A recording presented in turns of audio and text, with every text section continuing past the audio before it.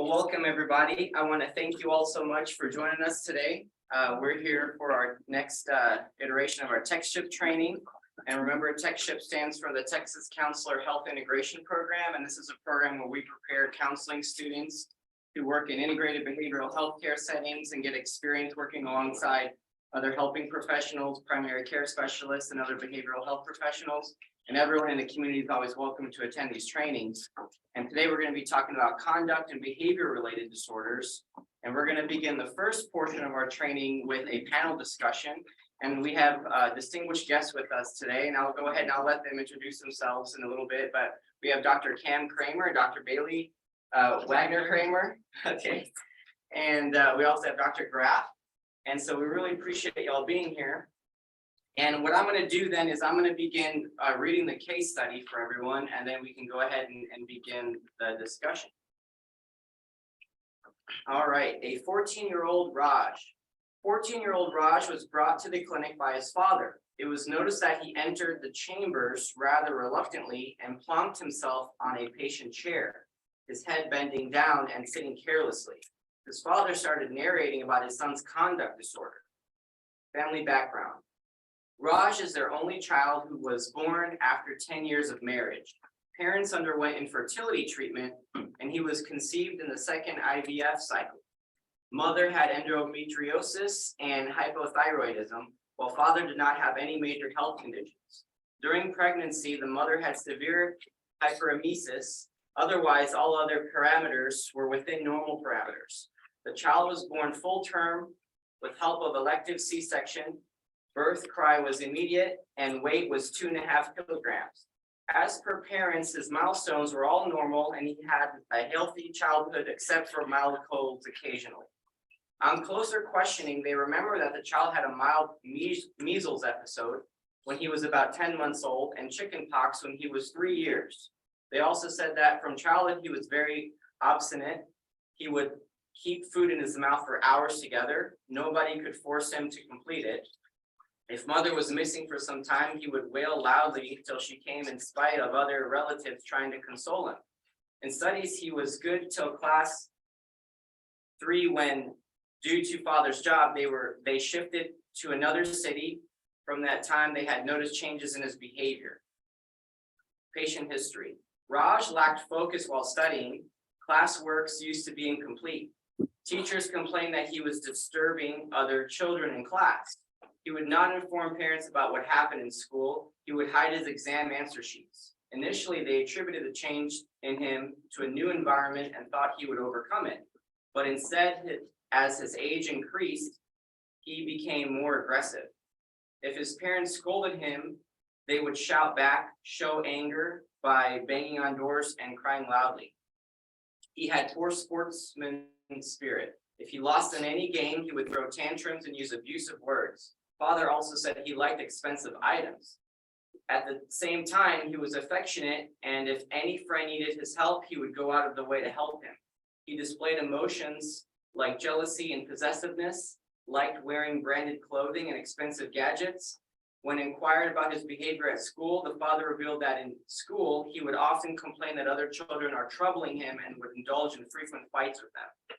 He would hide his answer sheets and report cards, would not inform parents of school activities, would take other children's belongings without asking, and academically was average. He likes music, especially fast beat songs and cricket. He had no known fears. In fact, he would tease and trouble stray dogs. He would take fancy to expensive looking gadgets, and few times parents noticed that they would be stuff in it which does not belong to him, but on inquiry, he would say something as given it to him. He had the habit of lying smoothly, that it was difficult for the parents to know if he was saying the truth or not. Remaining physical generals like appetite, thirst, bowels are within normal parameters. Dr. Reddy then interacted with the child. It was observed that on little provocation, he would become very agitated.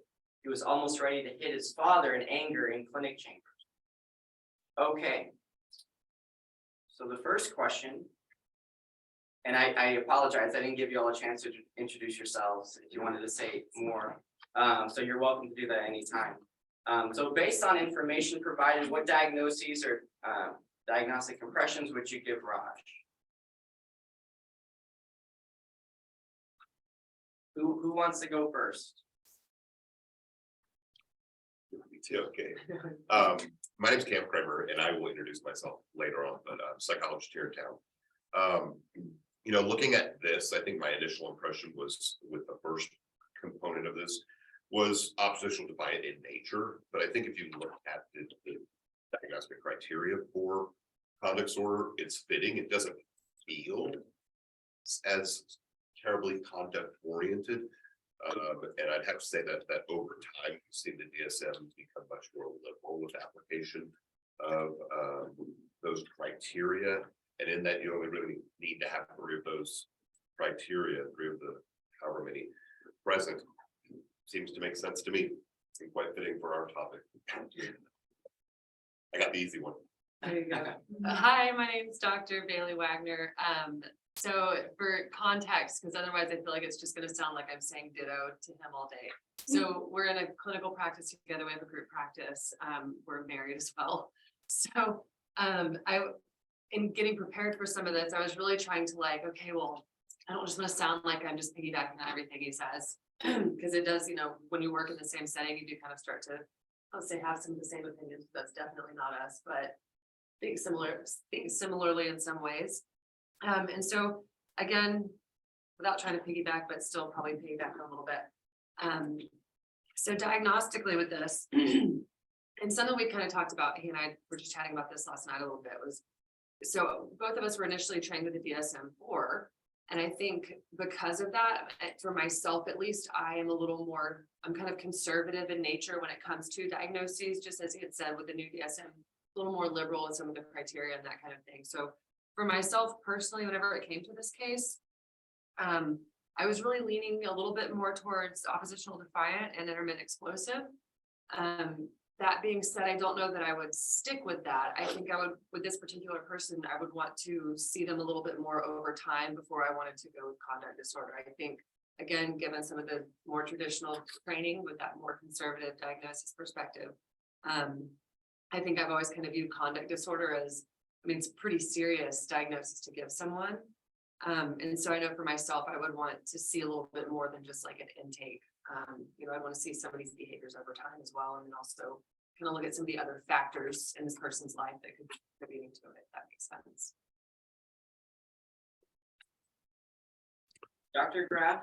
Yes, well, my name is Dr. Graff, and I work primarily at the Driscoll, the Children's Hospital in the developmental clinic, where we have see mostly younger children. Well, of course, I piggyback on what was already said in terms of the diagnosis that seems most likely based on symptoms of lying, stealing, anger control, and irritability that have been there for a while. The other diagnosis I would have in mind that I would want to look for more as a mood disorder of some kind, like a disruptive mood dysregulation disorder, ADHD, because of the difficulties with work completion, impulsive behaviors. Then, or like was said already, the possibility of a conduct disorder. Then, but also other things that kids might do that might exacerbate the current presenting problems, like vaping or drug use, as well as borderline IQ or specific learning disorders, like that. You know, once kids get oppositional, then there's usually about certain problem areas that become difficult for them to participate in. So are there particular liabilities that they have? So that's kind of in the background of my mind, because oppositional defiant disorders are often, like, it's a symptomatic diagnosis and doesn't imply any source of problems necessarily. So I'll be looking for those sources along those lines. Great, thank you all so much. So I know with the second question,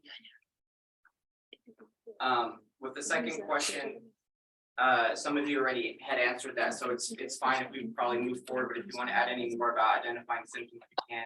And then the third question would be, what assessment might you use in your session to support your diagnosis, or what might be maybe some assessment procedures you would follow? Okay, I can go ahead and leave that. I think as far as symptomatology, I think we kind of went through that. Each of us demanding disruption, defiance, tantrums, abuse, stealing, teasing animals, etc., agitation. Assessments. When I think about assessments, think about kind of a broad context, which obviously would include structured interviewed as well as maybe some non-structured clinical interviews of both individual, family members, potentially teachers, and then that would potentially lead to an initial impression that I would have, which would inform maybe some broadband, if you will, assessment tools, maybe something along the lines of Mackey, MMPI-A. I use the BASC a lot, something that would give us a good foundation from which to operate and start to yield some elevations that would point us in specific directions, which would then be followed potentially with some symptom specific oriented tools, all of which Dr. Graff alluded to, ADHD oriented stuff because of the way I conceptualize ADHD going wrong, if you will. With severe cases, but obviously the disruptive mood dysregulation disorder, depressive types of things, explosivity, and potentially even to include what I would say is very narrow band assessment, some conduct disorder specific assessments, and there are a variety. I know that's an area that continue to grow, but there are some good tools out there. Yeah, I think those are the things when I think about assessment, where it gives you an opportunity. When I think about assessment, I know we always have an initial presenting problem, if you will. People have a good understanding of, number one, why they're coming to us or why someone's referring them to us. And I think it's kind of our obligations as clinicians to not just accept that in total, but to look deeper and maybe not in every case. I know not in every case am I looking at everything, thought disorder, neurodevelopmental disorders, everything, but those potentially related disorders, as Dr. Graff alluded to, are well worth looking at least to some extent, to essentially rule out. And as well, when I talk about maybe some very narrow band assessment, substance abuse screening, things of that nature be very helpful. And I think just to kind of jump in with some of that too, again, kind of taking a step back to symptomology a little bit. One of the things that I had thought about as well whenever I was looking at this, so initially, my perspective, I kind of look first from like mood oriented stuff. I think that's just kind of how my brain is wired a little bit. And so I want to mention too, just like differentiating some of these things. And I like that you mentioned the ADHD gone wrong. Because initially one of my thoughts too had been like if you have something like that going on, plus a lot of times we don't talk about this enough, but with adolescents in particular, with depression, that often manifest in looking in anger and agitation, easily irritable, that kind of thing. So I would want to kind of rule some of those things out as well. Whenever I think of assessment, so I'm kind of the opposite of him a little bit. I'm much more qualitative in nature, and clinically assessment's not one of my big strengths. Okay, and so for myself personally, I'm fortunate. I work in a clinic where we have multiple different professionals that can do and specialize in different areas, and so a lot of times for myself, if I need thorough assessments done, and this is real life, you guys, like sometimes if you work in a group practice, you have this available to you and it's easy to refer out as well. But if there are certain assessments done, or if there's something bigger that I feel that might be going on diagnostically that I'm not catching, I might refer for like a psych eval or that kind of thing. But also, like I mentioned, being very qualitative in nature, I also lean more towards like structured interview questions, that kind of thing. And keep in mind as well, your intake is an assessment. And so for myself, I really want to get a good, thorough intake and kind of get a little more perspective from that and be able to ask questions a little more freely. I think it's important, especially from like that treatment perspective. Assessment is super helpful and it can really kind of guide you and give you some good parameters. But I also think that ultimately, like you're gonna have to ask questions and get in there and figure out what it is that's going on too. So if I have a client who's expressing, signs of depression, that kind of thing, I can do a back depression inventory with them. It's just gonna tell me they're depressed, right? I mean, it'll tell me, things, but I'm still gonna have to get in there and like, okay, so tell me more about the depression. Tell me more about the conduct issues that we're experiencing. So I think it's kind of good to go back and forth a little bit with that. And for myself, at least, that's why kind of a more qualitative approach is kind of where I'm more inclined, especially from like that treatment perspective, because that for my, like in my work, that's what I'm going to be doing more of. If all that kind of makes sense, hopefully. Thank you. Dr. Graff, did you want to add anything? Yeah, well, so like lots of was already said by you guys in terms of features of assessment. So the alliance with the teenager is hasn't been mentioned yet as something like I tried to do in the first, especially in the first meeting, to see how he sees the problems, because the definition of the problem so far in the case were just from the parent's perspective, and how willing is he able to verbalize what he has problems with himself, as opposed to just blaming others for his problems. So in order to facilitate him getting him on board, then of course there's the information collection and history taking, but also finding out more in the meeting about his mood, what does set it off when he talks to his parent, his father, or compared to me if I bring up certain questions. So that's more the qualitative aspect. And then, of course, looking at activity levels, fidgeting. Sometimes I like to get kids to read something just to see how they respond to a achievement task, to see how they do with recall in the meeting, to see if there are any obvious difficulties with paying attention. So those were in-session kind of activities that helped me. And then the outside of session, or like usually the assessment period lasts several meetings, so there's usually not an initial meeting where everything gets decided, but then really the alliance building with the parents also, in terms of parent and child, what goal could they all work towards? First goal is really to get them into treatment, to stay there. So, and then we already discussed it. Dr. Kramer mentioned the different forms that help with collecting information outside. Often those forms help, for example, teenagers to express maybe things without parents there, or they give them a lot of problems completing them because they don't want to. So they have the way they get treated by the patient is also helping with a diagnosis. So that's my answer to that question. Yeah. I just to add on to that, I love what Dr. Graff said about joining.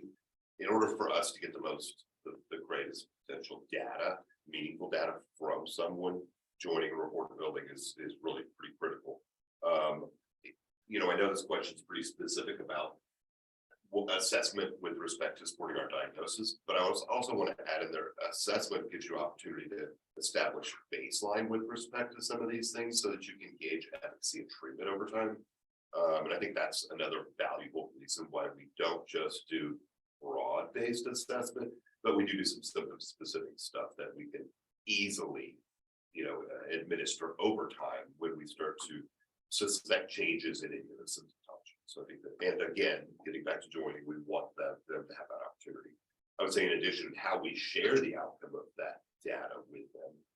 If we have conflictual relationships with parents, sometimes sharing the data, which is another opportunity to discuss the data, you can glean different feedback, whether it's amidst the entire family, with parents, or with a young man in this case. So a lot of opportunities to get integral parts of information assessment. So assessment to me is very broad and helpful.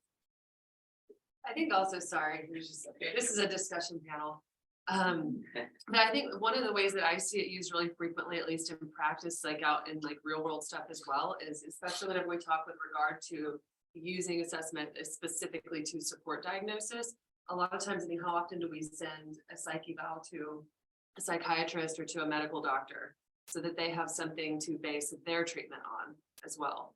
So it can be, it's so helpful within the work that we're doing, right, to establish baselines or support diagnosis and those kinds of things as well. But then also they are tools, assessments are tools that we use. Those tools can then, they're needed in other realms of treatment. I know there's a question later about integrative stuff, but that's a little bit of where those calls. And their existing therapists is here, and so I think they yield a lot of good advice. Yeah, let me add to that. That's, yeah, because as a psychologist, especially the report generating and giving recommendations for others, that's really the biggest part of my work in terms of communicating the assessments and the findings to others. So that's kind of different from the usual therapy. If a therapist doesn't do any report writing, you know, their orientation towards the assessment is probably going to be somewhat different.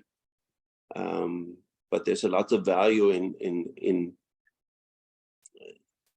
finding out the, you know, the more the causes for why things are difficult, what we recommend for other people to do. All right, wonderful. Thank you all so much. So now let's move on to treatment. What treatment approach would you use with Raj? And then you can also, you know, talk about how you would include other professionals to provide treatment in an integrative approach as well.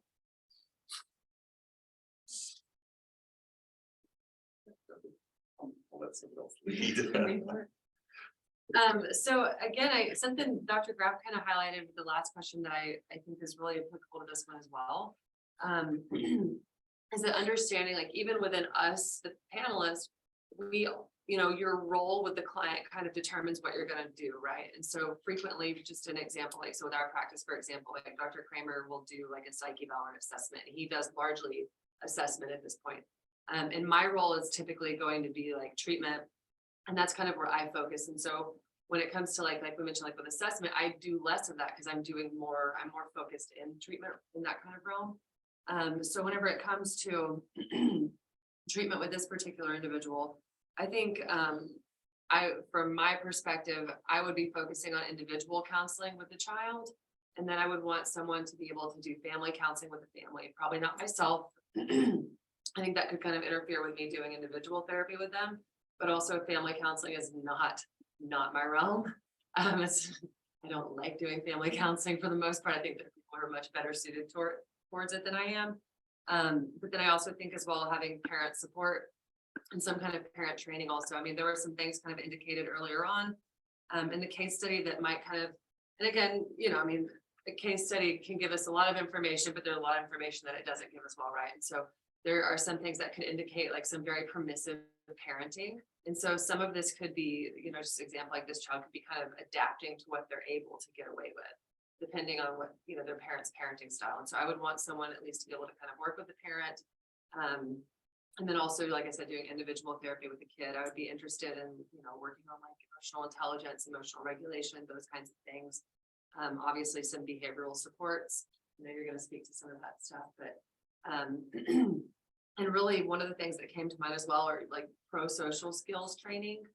And I know with a lot of our mental health agencies, they have caseworkers that are trained specifically on those approaches. That might be a good resource. And I want to touch on it a little bit, but also, you know, as therapists, like you're also able to teach those things as well. You're going, oh. So I think kind of the combination of those things, emotional regulation, emotional intelligence, especially if we were to talk about, you know, with conduct disorder, oftentimes, you know, maybe not often, but in times it can sometimes lead kind of into the realm of personality diagnosis. And what I find, at least like with adults in that realm, is that we really lack that kind of emotional awareness and intelligence of others. And so I think if that's something, especially with a kid, if you can start to catch that stuff early on and start teaching them that kind of awareness, teaching them to be aware of others and their emotional aspects, then hopefully, you know, let's hopefully it wouldn't progress to personality diagnosis, but if it were, at least, on the front side, we're kind of catching this early and being able to kind of teach this individual a little bit more about emotions and that kind of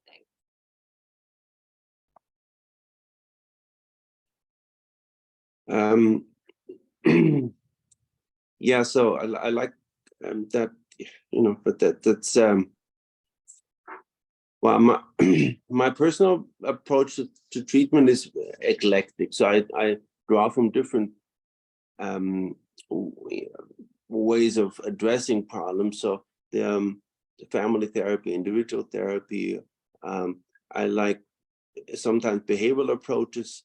Sometimes I like the collaborative problem-solving approach by Ross Green, because it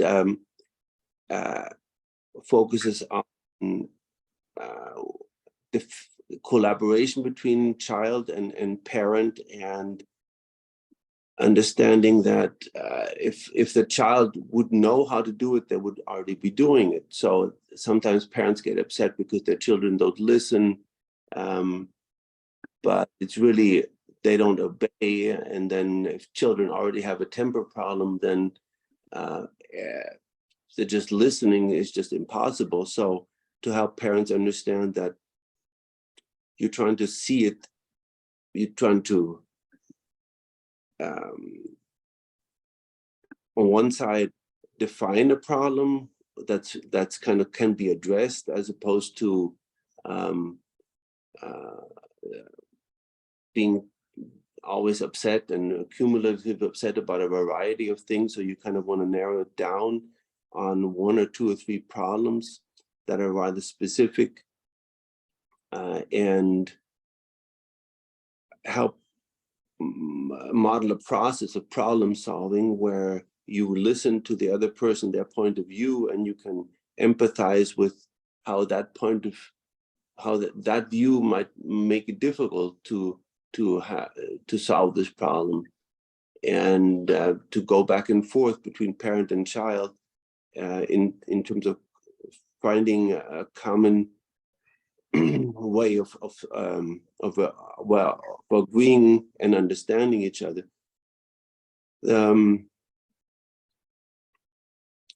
So yeah, that's kind of my approach. That's what I want to say. I would just, in addition, add, I guess part of my education and training is, my doctorate was very family systems oriented. And so I guess I have a tendency to look at everything that way. And it seems like a really applicable case for a family systems approach, if you will. I think there are some questions later on that may potentially influence that, some cultural implication potential, etc. However, my preference whenever we have challenging behavior would be to have everyone. It just kind of, to me, makes sense. Obviously, there are beautiful opportunities for individual therapy with respect to some of the aforementioned topics, but also skills training, from the behavioral sense that I adhere to.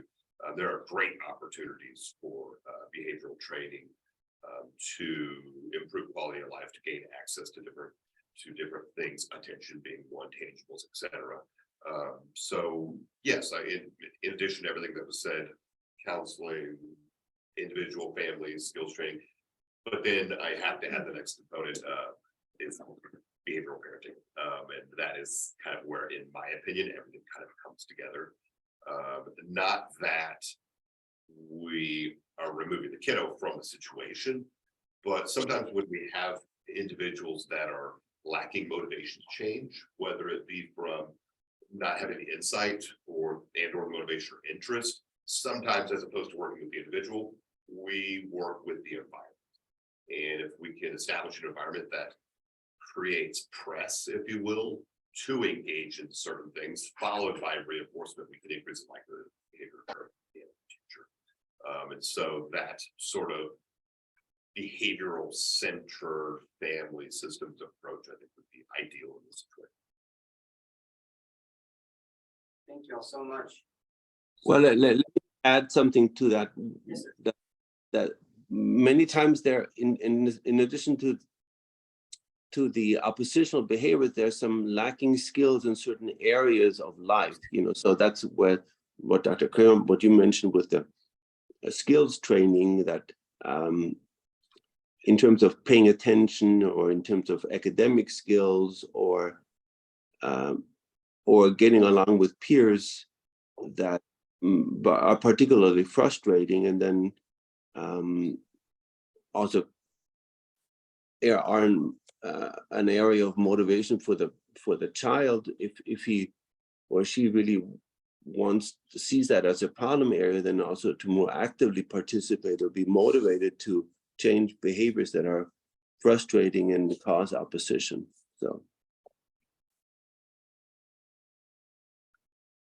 Thank you. Okay, any comments about working with other behavioral health professionals in an integrative approach? And then in addition, if you'd like to add to for number 6, what resources might be helpful for Raj? Well, let me just start with that one. So, and we discussed it a little bit with the writing reports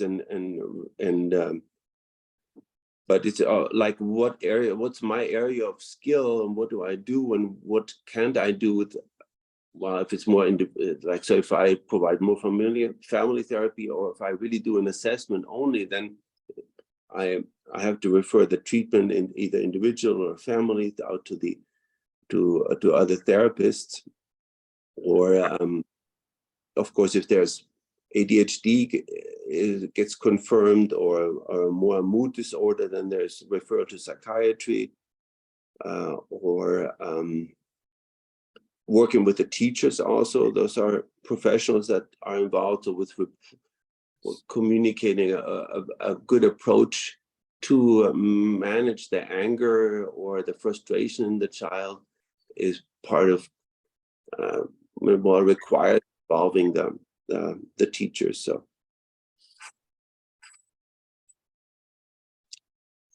that's all for me.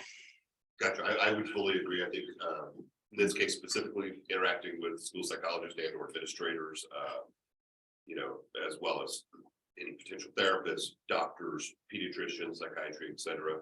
I know that I personally interact with a variety of it, to include speech, OT, big brothers, I mean, just on and on and on, attorneys, juvenile probation officers, just on and on.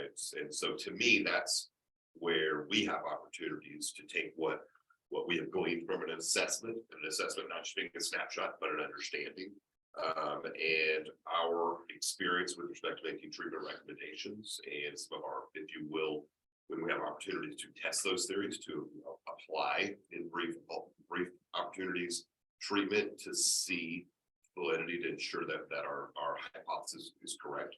That's where we have the opportunity to share it with everyone in their environment to essentially generalize the behavior change. And that's what we really want. From a behavioral stance, my perspective is we're looking to change behavior in the office, right, which is an artificial setting, so that we can then broaden that, what we call generalize that to the home, with individuals, with mom, with dad, with siblings, then with friends in a school setting, and truly create some behavioral change that doesn't come easy, no doubt, right? If it was that easy, we would all drive through Warburg and get it be done. It takes work, it takes touching base, and I'm going to talk about later, data collection, reviewing data, all of those things, but totally be helpful to really quick jump on the next question. Other community resources. I think that there are a ton of things available for various websites, CDC, APA, if you will, community mental health agencies, obviously, therapy, respite, training. We could go on and on about some of the opportunities that are beautiful, case management, social work, linking people with services that we may not have thought outside the box enough, that could be beneficial. Opportunities to engage in extracurricular opportunities. There's so many things out there that need to be considered we need to think outside the box to the extent possible in every situation, because those are also opportunities to generalize, improve behavior and the skills training. And we want the skills training to truly take, so that either we can move past that or we can work on the next tier of skill development. Because we can't address everything. You know, if I have 8 different behaviors that I need to work on remediating, I'm not addressing personally, I'm not addressing 8 at once. I'm picking 1 or 2 priorities. One may be a high priority, one may be a low priority to gain traction, to get the buy-in from the individual, the family, etc., so that we can see the potential for change. And very often people, when they get to us, have lost hope to some extent. And for us to get adherence to treatment, we have to maybe plant smaller seeds. So those are opportunities. So I mean, both brilliant answers as well. And just to add a little bit to that, I just keep in mind with the questions that we've already answered so far, we have been talking about integrative treatment, right? Integrative approach. So again, like I mentioned earlier, like if I get a client and I'm looking at diagnosis with them and I feel there's something bigger going on or something that maybe is outside of my realm of things that I'm going to notice, you know, I'm going to then refer or ask, you know, here's a psychologist or here's an LPA, like let's get a psych eval done on this individual. So that's an integrative approach as well. And then with that, like we mentioned earlier too, where those psych evals end up going sometimes, that might go to the medical doctor, the PCP or the psychiatrist. That's this integrative approach that we're talking about kind of in practice. Also, I guess just to, again, I think they've both said everything I possibly could, but just one of the things that I think is important to understand too about integrative approach is that everyone has to be on the same page and there needs to be some kind of communication between everybody. And that can be really difficult because a lot of times that just falls on the parents. And so the parents they're getting pulled in so many different directions and they're talking to all these different professionals and all these different appointments and they're trying to carry that information verbally usually. You know, well, this is what the psychiatrist said, and this is what the, you know, social worker, skills trainer, or psychologist, or whatever it might be. And so a lot of times we really want to make sure that we've got those consents to be able to reach out and ask directly for information, for notes, those kinds of things. And just really trying to have like a good, I don't know, just a good network of communication between the individuals so that you want your consents filled out to be able to reach out and that kind of stuff. Great, thank you all so much.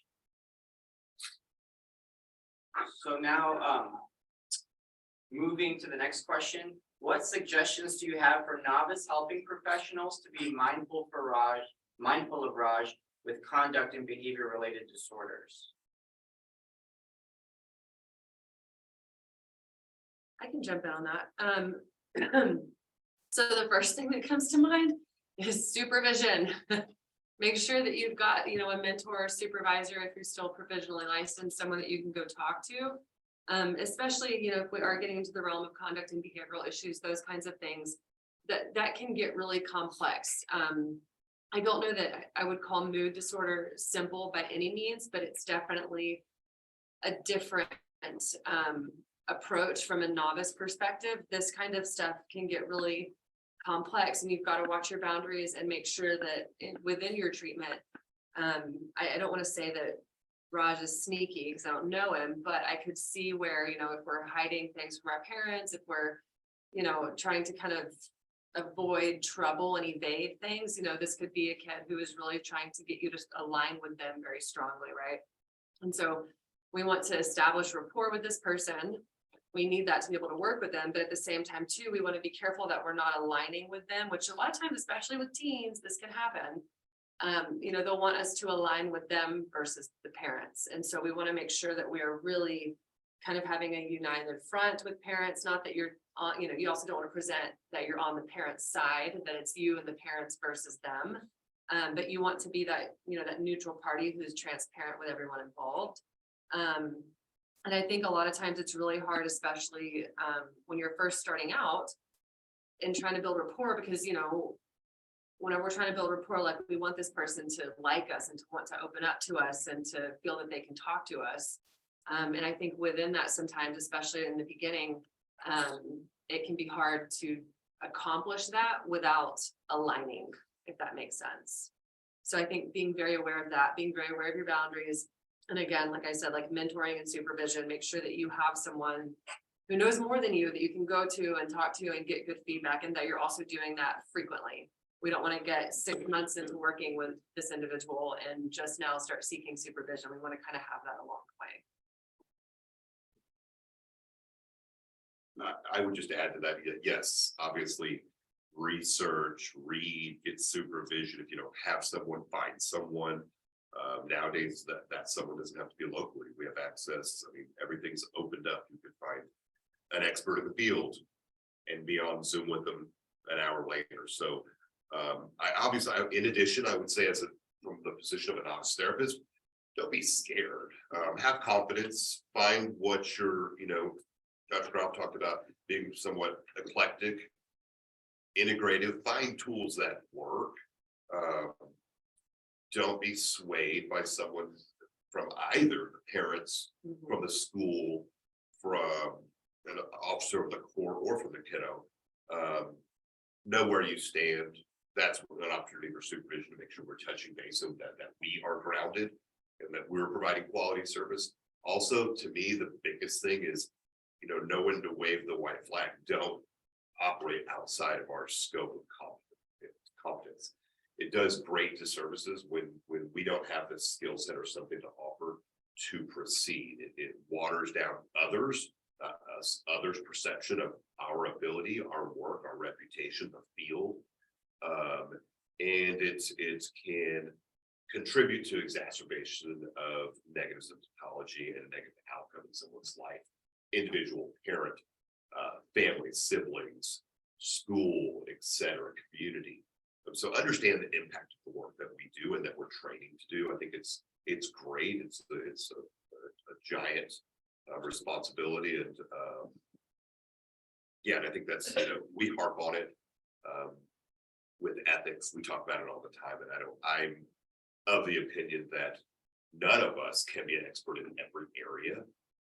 We shouldn't be trying to be an expert in every area. Generalism makes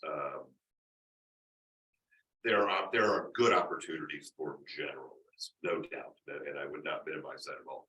But being able to understand an area or a number of areas that you've had sufficient experience training with really does contribute to your reputation of the quality of work that you do. That makes sense. Just as someone who 90% of what I do is assessment, and there are times that things come across my desk, and I've worked in a variety of environments where I say, whoa, wait a second, and then we need to take a step back, and I need everything to be cleared medically before I'm even, I need you to look at neurology. I need you to, sleep apnea and sleep study before I'm even going to consider some of these behavioral interventions, right? Because I don't want to miss something bigger and get stuck in my tunnel, and it can happen. And so we've really got to understand the gravity of our position. We're mental health helping professionals. We don't want to contribute to the problem. Yeah, those are excellent comments. So I could just agree no more to that. Those are important things to consider.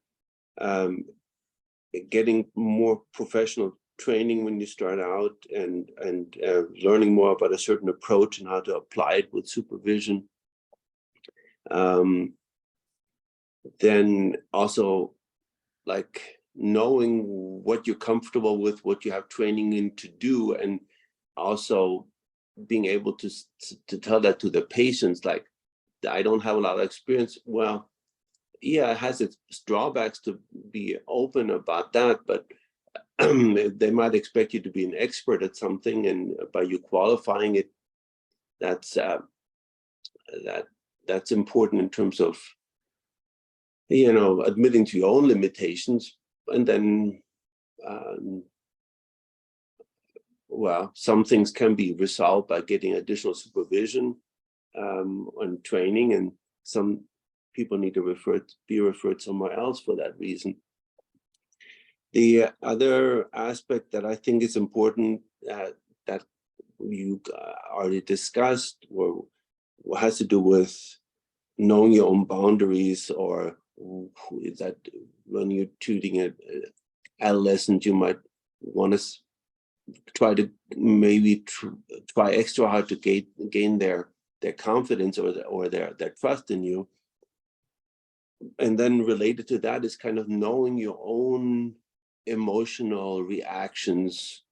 Like, are you, especially with anger, like, can you, does it rattle you? Do you try to save? Do you try to, what are your own reactions to that?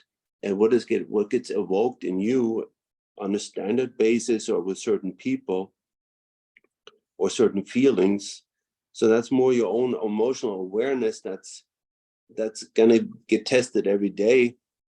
So that's like you knowing your dark side and or the things that are harder for you to admit. That's kind of an ongoing awareness that everybody has to cultivate in order to be effective. So I love that. Dr. Gruff, I love that, knowing your own reactions to things, because that's so important to you guys, especially in the room with a person. It's so important. And your vulnerabilities, for sure. Oh, yeah.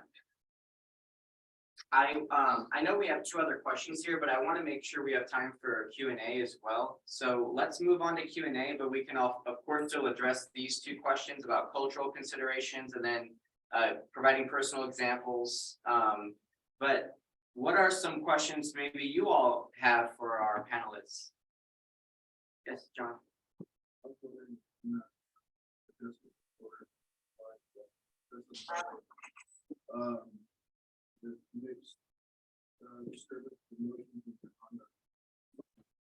So a beautiful question, right? And totally applicable. I think when we're looking at adjustment disorders, looking at from onset of symptomatology up to a 6-month period of time. Once it persists past that 6-month period of time, we have to then consider something more. However, obviously that's where I go all the time. When did this start and what's going on? And what is the continuance of symptomatology over time? Because if I have an absence of what we would call quote unquote remission of symptomatology, that starts the clock over again. So it's a beautiful question. And I just think that's one of the things that may be missing from this is the persistence of, how often were we hurting animals and at what frequency, and how often were we aggressive or agitated or threatening and banging walls. So your question has beautiful merit. It does. And I think that I know in my case, there were some assumptions. Right, because I've only got to see it like once. Fair. Okay, I can give you a copy. And one of the things that stuck out to me was when they talked about that, them moving, how things kind of exacerbated because of it. And then the acting out, the kind of the talking back, everything just kind of got worse as things kind of changed in his life or different stages of his life. Things kind of like he did not have to adjust to. As a diagnostician, yeah, some of the frequency, the dating are missing, but that's where anytime something comes up, you don't automatically go from everything's great to PTSD. There's a period of time that we have to attend to it. We don't necessarily have the availability to apply that diagnosis. So an adjustment disorder is the perfect use during that period. Good question, for sure. I think that's I won't jump in too much, but I think that's a good, with some of these diagnoses, you really have to pay attention in the criteria to timeframes. Some of them have, like very short timeframes, like with adjustment disorder, I believe it's what, less than 6 months? Yeah. But then with PTSD, it requires a long, more than 6 months. And then there's like, hey, by the way. Anyway, but then some of them too, it requires that has been evidence over years. And so I like that you asked about adjustment disorder, though. I think that's a good, because that initially too is one of the first things I was looking for was like time frame, like, okay, well, this kid just moved. Where, like, how long has it been? And if I could add one thing, the way that I conceptualize things is identification of the accurate and comprehensive diagnoses. Then that comes first because that directs me at the appropriate treatment or towards the appropriate treatment, right? Being relatively integrative, I am obviously considering more and more things, but my goal, and at least with what I do professionally, is identification of, where we are diagnostically. All finding out all of the needs per se, whether it's a deficit or just a lack of something, and then trying to fill in those gaps, both, contextually what someone needs in life per se, hierarchy of needs, etc., all the way to therapeutically skill development, all those things. Any other? Yeah, Okay. just the like sometimes if you're not so sure what it is in the first session, sometimes I give the adjustment disorder for that first meeting because I'm not so sure about the diagnosis yet. So sometimes it's a process of the assessment that determines what diagnosis is there at the end. Of course, I didn't really understand all.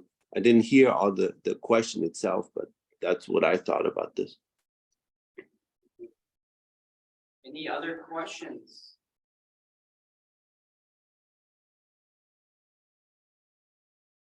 Somebody must have another question they want to ask. Yes.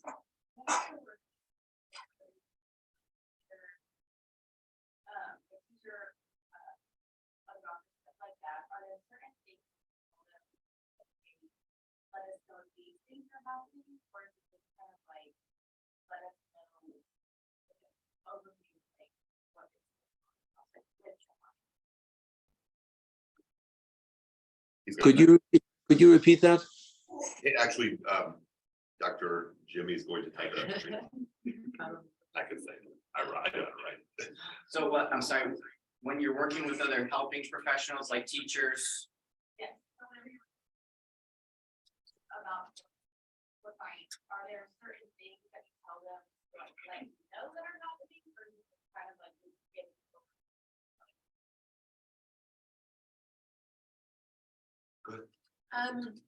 So personally, I kind of I don't say want to err on the side of caution, but I also don't want to like prime them to start assuming that they're seeing something. So it really kind of depends on the person and what the thing is that I'm concerned about or whatever. So I might ask them, kind of specific questions around that, or, can you kind of just report back repeatedly about this realm of things?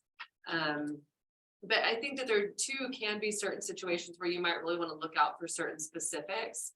And so I could see asking first, like, keep an eye on this in particular behavior. And then maybe having them kind of track that as well versus getting like a broad, oh yeah, well, no, they've been doing that a lot lately. Okay, but how much is a lot? Like, are we doing this daily? Is this, I just don't want to, prime them, so, hey, we're really worried about, someone doing this thing. Can you keep an eye out for this thing? Well, then they're going to be really watching for that thing. So I kind of want them to give me their, genuine response as well, but also maybe try and get them to collect a little bit of data around it. Just kind of depends on what the issue is, if that makes sense. And I would say I'm probably in a different camp. When I'm communicating with teachers, it's typically to include the use of a formal and sometimes an informal type behavior plan. So I want, frequency, data, intensity of behaviors, and I'll provide with a specific data sheet. But also by that point, I've come up with what we call a functional equivalent replacement behavior, a training objective, a skills objective. So I also want to know that number one, the teacher is employing that skills training, and I want to know the outcome. So typically have a very not terribly complex, but a tally sheet with different, intensity ratings, et cetera, for them to circle something, really kind of trying to make it as user friendly as possible, because I understand the demand that they have, but also a written out script to carry out a training objective and the outcome, whether it be positive or negative. So I can really calculate what's doing what with me. I do have a question. I don't know, I know we started late, but if it's okay, can you share a little of your personal example working with an individual with a conduct and behavioral related disorder? So, because after we talked about it, it would be good, like we hear from you how you have been able to work your personal example, if you don't mind chipping in on that, please. Okay. What do you feel about that? Okay, so for myself, so I guess just in my personal career, I guess. So I work a lot with adults and adolescents as well, but largely too with adults. And so again, kind of going, I'm not saying conduct disorder is not personality, but sometimes it can certainly kind of start to trickle into that realm, right? And I've worked with kids with conduct disorder also. And so I always kind of try and think, like I mentioned earlier with treatment, like I'm trying to think as well, like kind of what the future could look like and kind of how we can intervene a little bit early if that's possible. And so like whenever I think, you know, just with specific cases that I've had, really trying to, and I'm going to say cases that I'm really confident that this is conduct disorder. This could very realistically go into that personality realm. I really want to try and get this individual to start understanding, you know, that other people have emotions, other people, you know, like they can be hurt by things. And I want I guess trying to really get this person to start understanding empathy a little bit. I know that sounds probably super, I don't know, counselor of me. But I want them to kind of start to become aware of their impact on others around them, as well as others, you know, impact on themselves. And again, going back to that, like trying to develop some of that emotional intelligence and emotional awareness.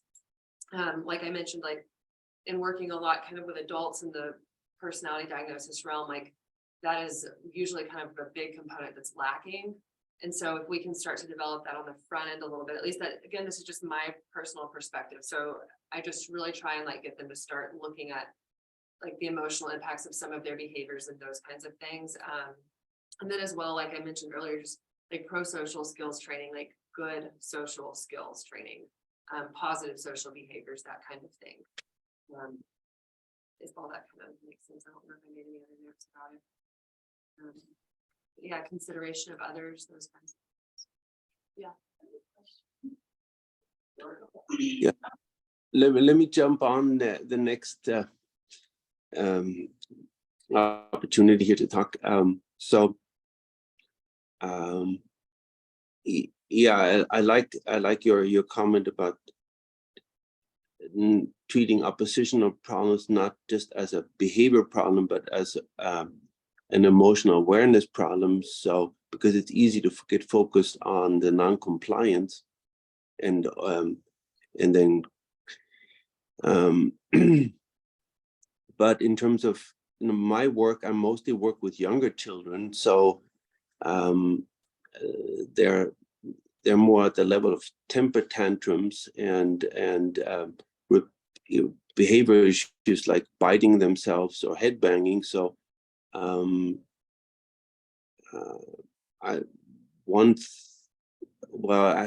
and many times I don't see parents for very many meetings, so I try to help them understand basically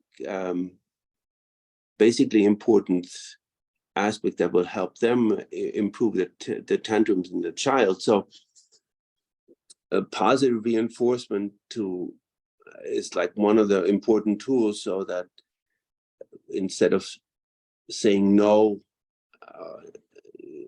to a child, well, it's just going to stop for a second and it's going to go right back to it. To train the parents to look for what they want the child to do and to focus on that, and then reward the child for being able to carry that out. And that involves thinking at the side of the parents to think through what would they like the child to do, as well as stopping their own anger at the child for not doing what's expected. So the anger control and the parent awareness of anger. So sometimes my first expectation is so that to educate the parent to realize how destructive anger can be when it's expressed at children. So yeah, that's my response. Thank you, Dr. Graff. Okay, I kind of along with, I'll try to, bring it together. When we talk about conduct or, family system, so on and so forth, I'm thinking about My mom recently took a side job as a substitute teacher, and she shares with me her experiences going to different schools. And one of the things that really comes up a lot is in the nicer neighborhoods, the charter schools, things of that nature. They have a lot of care for the children's mental health. You know, they'll even have like a calm corner for kids who are overwhelmed or having like, you know, episodes in class, because, you know, they're young kids, maybe they're just hyper that day or something. But when she goes to the areas that, you know, are for more children of color, you know, there's a lot more issues with behavior, right? So then I think about integrated care, and I think about determinants of health and accessibility to these resources. You know, to even have a doctor, a psychiatrist, therapist, that's a privilege, right? Yeah. So how do we get these services to kids who can really benefit from them when their schools, you know, they can only provide so much because they only have so much money. You know, a lot of people don't want to work in those areas. A lot of people don't want to work with these kids because they have so much behavioral issues. And then when you look at their family system, their families have so much mental health issues, absolutely. health issues. And it just seems like a problem that, like, I wouldn't even know where to begin. So I guess my question kind of comes full circle with one, you know, when we talk about integrated care, it's already kind of a privilege. Two, how do we get this to children in need? And I don't, just like thoughts around that. Yeah. So that's a great question. And unfortunately, the answers are not as great. So like we've got like county mental health agencies, like MHID, that kind of thing is available. They're designed for specifically like lower economic, socioeconomic areas. I think so.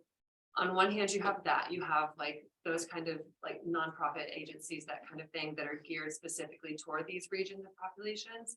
But then we also know kind of culture within some of those agencies being super overworked, underpaid, understaffed, high turnover, those kinds of things are challenges, right? And that's just hard to deal with. I wish there was like an answer that was like, yeah, this will fix it, but there's not. I think from all of your perspectives going into practice, right? So a big challenge is in the community, there are not many private clinicians who will take Medicaid. And so that is a big deal, because what areas, you know, who is using Medicaid for their health insurance? Like you said, a lot of these things are privileges because they are expensive. It is expensive to have a therapist, to have a psychiatrist, that is expensive. Any of these things, a lot of times they're not affordable. And then of course we have family, you know, cultural aspects too, that play into seeking services versus not, that kind of thing. So I think for all of you guys going out into the profession, get some time working at a mental health agency, get some time working for like MHID agencies like that, so that you can get into some of these areas and be doing some of that work. But then also too, for those of you looking to go into private practice and that kind of thing, get on Medicaid panels. Like, these people need services too.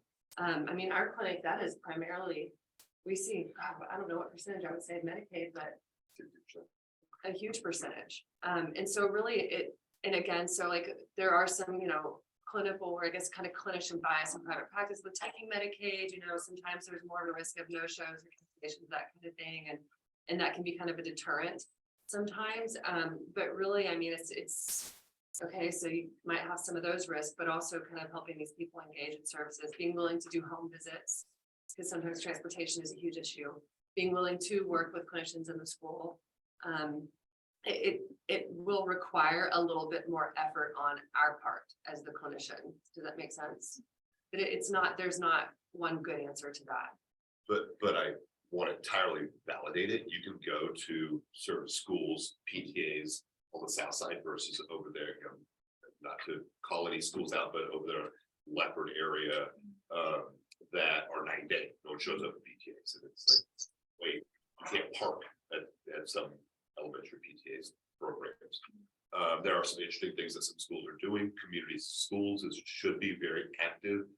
Aligning with MHID programs of this nature are tremendous opportunities.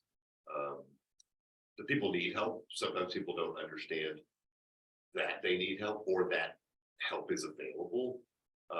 There are a number, we work predominantly with Medicaid, and I think that's as long as I think good clinicians stay abreast of changes to Medicaid standards, expectations, demands, you can operate within that realm safely.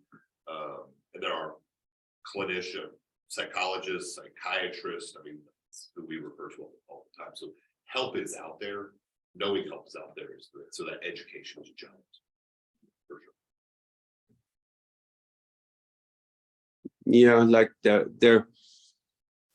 there are lots of community agencies out there that provide some kind of service to know where the resources are.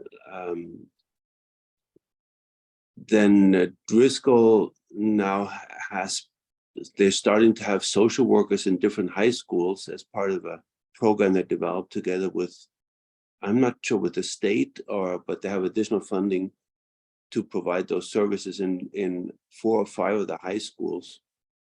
And that should be starting soon, but that's one access. I think that's partially was created based on the legislator last time obligating us to do that. I'm not sure about the formalities and how that was financed, but I know that's going to be happening soon. But the access to services, yeah, for example, there are not a lot of psychologists who provide Medicaid services. So like I have an incredible wait time because of that. So yeah, encouraging people to provide services for the underserved is really is important for us or for especially for the clients we serve. Yeah, so it is rewarding to work with them. So it's from that aspect,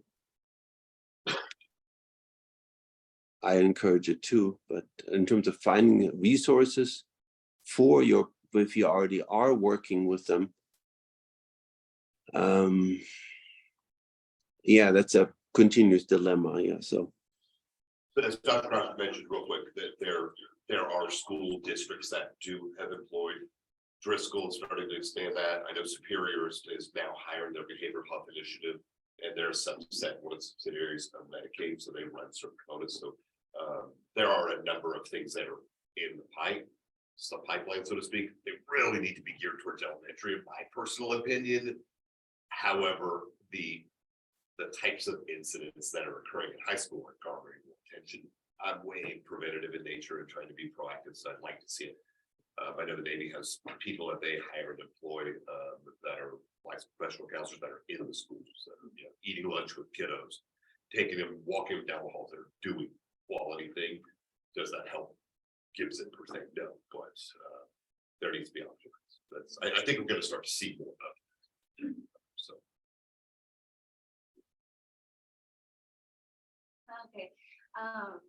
So I noted that I noticed in the that I kind of noticed some aggression, like fighting and then kind of getting into it with dad in the office.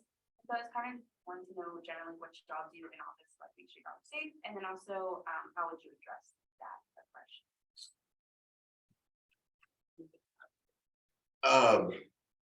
So typically, I mean, like I said, when I'm doing some counseling, it's typically family-based. And we come up with ground rules, and those are things that we have following, right? If we want to make progress, we have to respect each other's voice. Whether we like it or not, we've got to be able to hear it. So essentially coming up with some ground rules. They always follow no. Have people screamed at each other in my office? Yes. Have people stood up? Yes. And I don't encourage people to really get involved physically and be the traffic cop, so to speak. But I think there are some things that you can never predict anything that's going to happen. I've never had a fight per se in my office, and in various offices that I've had. I think it's a great idea. Anytime we have a therapist in the evening or on the weekend, there's typically, we've know someone's gonna be there, there's someone else at the office, right? If there's not, we know who's being seen, the front door is locked, people are waiting in their car, as opposed to the waiting area. There's a lot of safety precautions that are important to have. If I knew that we had potential for aggression, when I hear someone in my lobby upset, I'm going up there, not confrontationally, but using de-escalation type strategies. So be quite proficient at nonverbal de-escalation. That's one of those things that you guys got to learn early. It's critical. You can use it for anything, anywhere. You know, you can use it at the Whataburger, line. You can use it at home with your 6-year-old. You can use it anywhere. So those skills, I think, are helpful. That's a great question. It really is. If you know that someone's going to be there, it's worth having a co-therapist. It's worth having. Really like setting up those precautions for yourself, and it doesn't, like you said, he's never had anyone physically aggressive. Neither have I. That's why I don't like family. It's like, just give me the one person. Let's work on that first. But that's just kind of silly preference. But I think, like you mentioned, making sure that there's someone else there in the building with you before. I know it's something that we've done in our office before. My office is on the other side of the building and his is on the opposite. And so there have been times when, especially after COVID, when we were all kind of coming back, where I was the only clinician on this side. And I've had clients before I was concerned, like, oh, I think this has the potential to get kind of weird. And so I've even, met with clients on the side of our office, like where he's at, or our receptionist, or someone who could hear if things started to escalate. And so I think for the most part, we hope it doesn't happen, and hopefully it will never happen. But if you have clients or someone that you're, family scenarios or whatever, where you're kind of like, oh, I feel like maybe this could make sure that there's someone who can hear if they're shouting in your office. Make sure if there's, that you're in an office that people could quickly get to you if they needed to, and for yourself that you could quickly get to the door if you needed to.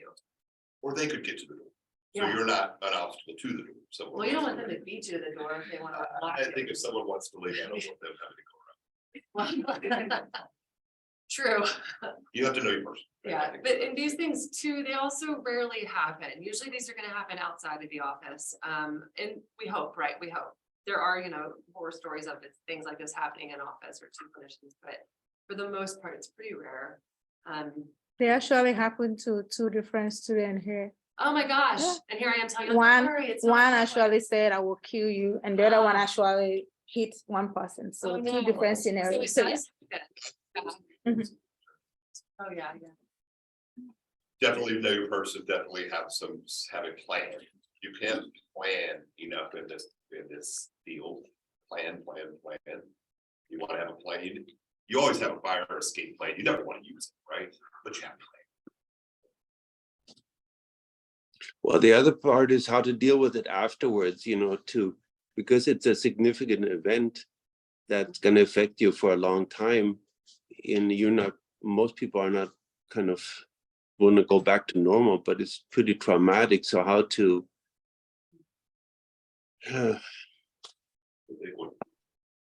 give space, how to give